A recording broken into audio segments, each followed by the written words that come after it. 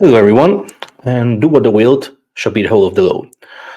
Today, I would like to share with you my review of a book that has just been published and has taken the Thelema land by storm, at least for those who are really embedded in the current and really care about new um, Thelemic publications. The book is this one. It's John Peter Lund's The War of the Rose and the Cross. The story of how I came to review this book deserves a little intro, and here it is. Some of you will know, I spent the last few years of my life constantly sounding the alarm about the fact that Thelema has been infiltrated by a group of people with ultra-reactionary worldview when they're not veering directly into the far right, and they're posing themselves as the quote-unquote one truth and one spirit of the current. And yes, that is the title of a silly book that was published a few years ago, which tried and failed spectacularly at making the point of their papal infallibility. This is not something new, nor something that happened overnight. The roots were placed already in the late 80s when author Martin P. Starr, at the time still a member of Ordo Templi Orientis, convinced the O.T.O leader, Bill Breeze, to begin the work of reconstructing the AA the same way they went about with the O.T.O. To do so, they resurrected from the grave of oblivion, how Zairian indeed, their pal J. Daniel Gunter, who originally introduced them to the AA via Marcelo Motta, around a decade or so earlier. They didn't seem to care about the fact that Motta expelled each one of them. By this time, Motta himself proved to be a very volatile individual, especially during the years of the landmark O.T.O copyright legal case. Most importantly, Motta died in 1987, and he wasn't around anymore to tell the world about these would-be adepts never made it that far into the structure of the Great White Brotherhood. But at this point, Breeze controlled the brand. And it would take another decade or so before the internet began to make it easier for researchers to see through the cracks of the story that they were weaving, and almost 30 years, to this day, in fact, for the facade to finally fall apart as it did since the late 2010s. Long story short, these people are my ideological enemies. They represent everything that I deem wrong about Thelema. The only exception is maybe the one who started it all, Martin P. Starr. When I briefly met him in Chicago in 2004, he was leaving Thelema behind to focus on Freemasonry. He seemed to me like someone who realized he had let the genie out of the bottle and was in fact regretting it. Then again, this is just my recollection of a very brief encounter almost 20 years ago. And so I was amazed when one Frater LRH, someone I knew to be deeply embedded in the cult that I just described, got in touch with me and presented me with John Peter Lund's work. I only knew LRH from short exchanges online during the years of the O.T.O schism that I chronicled since 2017. Like me, he was a keen Freemason, and it seemed to me that he tried to hinge on that common interest to convince me that their AA lineage wasn't so terrible after all. Spoiler alert, I guess it's clear by now, he failed. Mainly because a quick look at his public social media persona convinced me that we had nothing in common, apart from Freemasonry, indeed. LRH presents himself as a true Texan, a pro-Trump, pro-Bolsonaro, anti-woke, constantly writing about return of the sacred monarchy. You got the idea. The same ideological enemy as the others. But something must have happened in the intervening years. I mean, besides the worldwide socio-political crisis, deepening almost to the point of no return, and the sheer trauma of a global pandemic disrupting our lives. He saw firsthand how his friend, John Peter Lund, was treated by the organization they both put their names and hearts on the line to defend.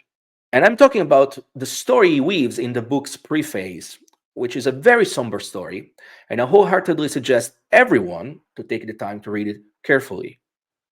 It's a masterclass in understanding what happens when you give your life to a cult of personality, and eventually they decide that your truth isn't worth their time. It never ends well.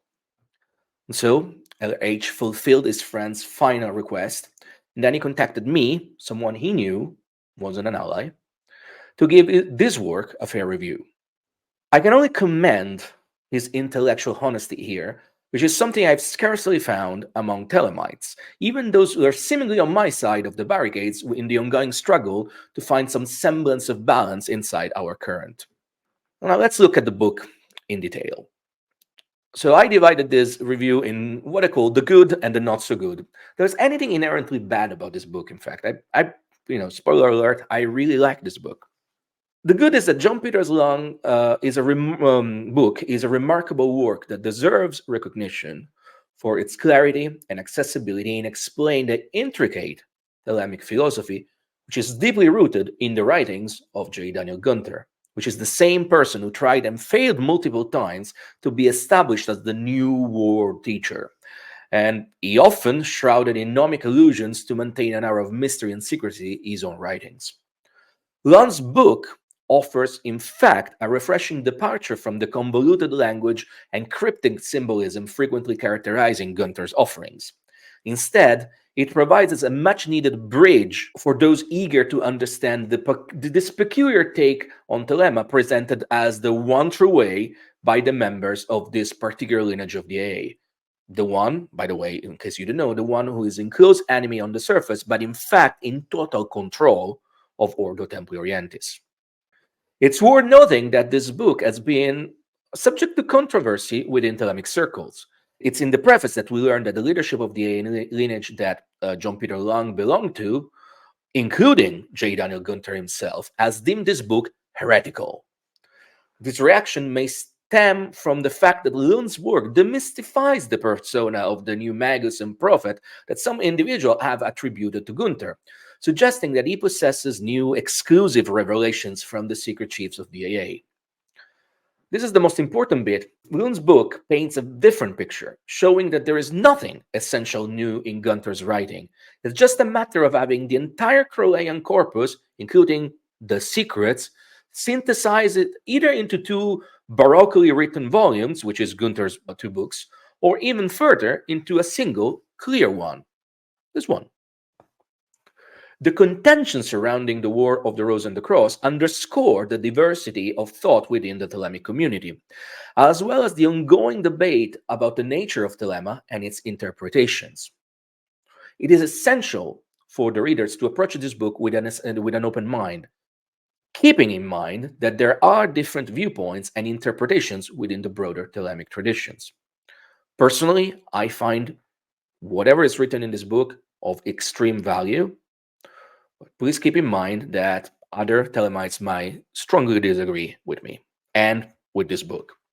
Lund's work adds a valuable perspective to those ongoing discussions and provides an opportunity for those interested in Thelema to explore its teachings in a more accessible way. He avoids unnecessary jargon and mysticism, but emphasis is on unnecessary, as the reader will still find a good amount of both, and instead opting for clear explanations and examples that anyone with a genuine interest can grasp.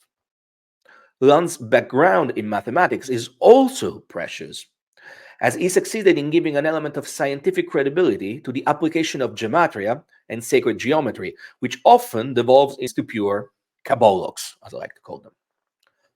This accessibility is invaluable, as it opened the doors of Thelema to a broader audience, enabling more people to explore its profound teachings.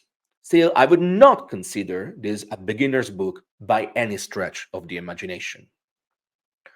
Incredibly surprising was also to see it written in clear and plain English, the long anti-Christian narrative found in several of the later chapters. This has been a challenging topic to tackle for every Thelemic writer thus far, especially in these years of renewed satanic panic. Lund doesn't shy away from making very compelling point about the true nature of Christ and the Messiah and giving a Gnostic spin to Thelemic mysticism. Maybe This is why Gunther is so worried about the book, especially given the bizarre nature of some of the secret rituals of his AA lineage, such as the antinomian version of Liber Resh Vel Helios, which surfaced recently. Titled Liber Porte Segrete sub Figura Dx, being the book of the averse adorations of the sun, on a first reading, it looks like a perverted approach to one of the standard Thelemic sets of adorations, and something that seems straight out of a Kenneth Grant's tome, which is very strange when you realize that these folks spent a good part of the last 3 decades insisting that Grant only wrote nonsense. But maybe not so much anymore when you learn about your Thelemic history and the who's who in the current, and you realize that Martin Pistar, remember him from the beginning of this review, was keenly interested in alternative approaches and evolutions to Thelema.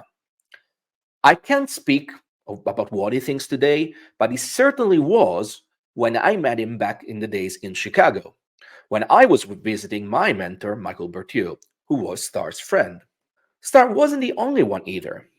As another famous name in Telemaland, a professor of a Gothenburg University, no less, is a high-ranking member of both the O.T.O and Gunther's AA, but is also the editor of several fine editions of Kenneth and Steffi Grant's work edited by Starfire Publishing.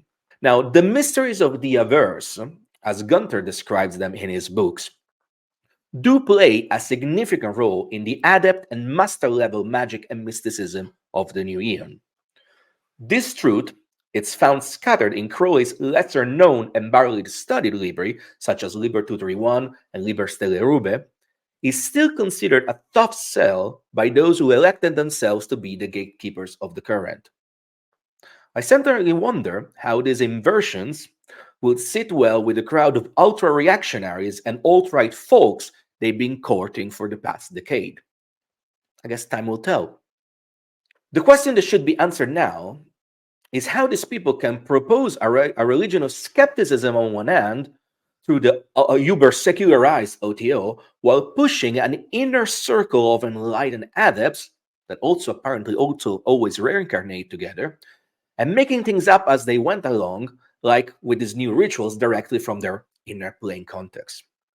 Lastly, of particular interest are the chapters dedicated to the Hierophant, the Hiereus, and the Hegemon, three officers' role which are inherited from the Hermetic Order of the Golden Dawn, and before it from the Holy Royal Arch of Freemasonry under a different guise, how their roles change the use of the formulas of Lux for the Adept and of Nox, the Master. Anyone with the right amount of understanding will finally make sense what kind of authority J. Daniel Gunther, Bill Breeze, and the rest of this particular AA claim to represent. Several of Lund's remarks in the chapters did not sit well with them. I'm quite sure about it. Balata, an accessory word of the Magus in the Aeon of the Child, is also analyzed, and once again, we get the glimpse of the beliefs held by this lineage/cult. That is, that J. Daniel Gunther is a Magus, 9 equal 2, at the very least, if not more. I guess they really don't make them like they used to do anymore. Now, what's the not so good?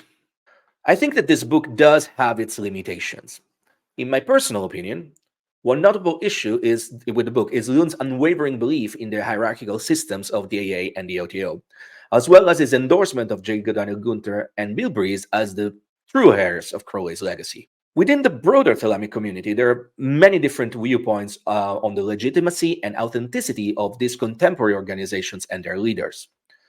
Some individuals argue that these organizations are merely reconstructions, attempting to replicate the past, while others may be critical of the way they operate, likening them to cosplay book clubs. I might be one of them. These debates reflect the diversity of opinion within the Thelemic tradition and suggest that Lund's perspective on this matter is not universally accepted. So if you just pick up this book because you're interested in Thelema, remember, this is a very interesting book, but it's not the truth. Another notable issue is the continued emphasis on Kabbalistic exegesis as the primary and often exclusive means of making sense of Thelema. While this approach aligns with Crowley's own position and the traditional teaching methods of the AA, it might have been beneficial to see a more comprehensive explanation of how certain Thelemic rituals are properly performed. The focus on Kabbalistic exegesis can sometimes leave practitioners feeling limited in their explorations of Thelema, particularly those who may be more interested in the practical aspect of the magical philosophy. Across the book, Lund seems also to struggle with the will to keep his clear and coherent writings while at the same time remaining true to his oaths of secrecy and maybe possibly realizing their pointlessness. This is particularly evident in the chapter dedicated to the Mass of the Holy Ghost, where he acknowledges the secretive nature of certain rituals and practices within Thelema. Thelemic organizations have historically treated certain rituals and techniques as closely guarded trade secrets, creating an atmosphere of exclusivity. Lund does address this issue, highlighting the secrecy and reluctance to share certain practices within this organization. And this is, in my view, this can indeed come across as disingenuous, and as it runs counter to the principles of an open exploration and spiritual growth that are often at the heart of Thelema. Lastly, the most disappointing part, for me at least, is the chapter where Lund warns against the dangers of taking the oath of the abyss too soon. This is perhaps the single most crucial step in Thelemic initiation, as the law of the New Year and its magic allows for the mystical experience denominated the crossing of the abyss, which is a concept that multiple authors wrote about, especially in recent years, but very few actually understand. If you had the misfortune of spending any amount of time across Reddit, Facebook groups, and thankfully now mostly gone occult Twitter circles, you'll be familiar with how everything and their dog seem to have undergone this advanced and complex initiation. Great success. And then, in the few cases of the folks being sincere enough to put a name and a face to their claims, most of them are completely anonymous, obviously, you realize that these bold claims are nowhere to be mirrored in the lives they lead. By their fruits ye shall know them. Indeed. This is what Lund correctly argues while issuing this warning. Too bad that then he presents a series of failures that are nothing but all those relatively well-known Thelemites like Frater Akkad, Wilfred T. Smith, Jack Parsons, that simply moved away from the yoke of Crowley's orders. Even in the end, Lund seemed unable to face the truth of the failure of Ordo Templi Orientis and its leaders. The same folks also leading the AA lineage he spent all his life working for, only to be dropped unceremoniously at the very end. In summary, The War of the Rose and the Cross by John Peter Lund is a groundbreaking work in the realm of Thelema, offering a straightforward and comprehensible approach to this complex philosophy. For once, this is very much not a book aimed at beginners, which is something that those who think they know it all have desperately been asking for years now. And I know a thing or two about that, having just written a rather successful primer and attracted the ire. Lund's dedication to demystifying Thelema and its clear, engaging prose makes this book a valuable resource for anyone seeking to understand the core principles and beliefs of Thelema, which were often obscured by cryptic language and allusions to secrets that only the dutiful servants of specific group can access to. Still, it remains the work of a zealot who spent his entire life in a cage of his own making, and in the end, when he found his voice and declared his truth, those holding the keys of his cell simply decided to forget him there. Some of you will be asking where I can find this book. At the moment, you can't. The first edition, which again, it's this one, it's a very beautiful, rich edition, sold out immediately. The publishers, which can be contacted through their own Facebook page, I'll put the link below, are considering a second edition. That's all for now. Do what the will shall be the whole of the law. Love is the law, love and the will.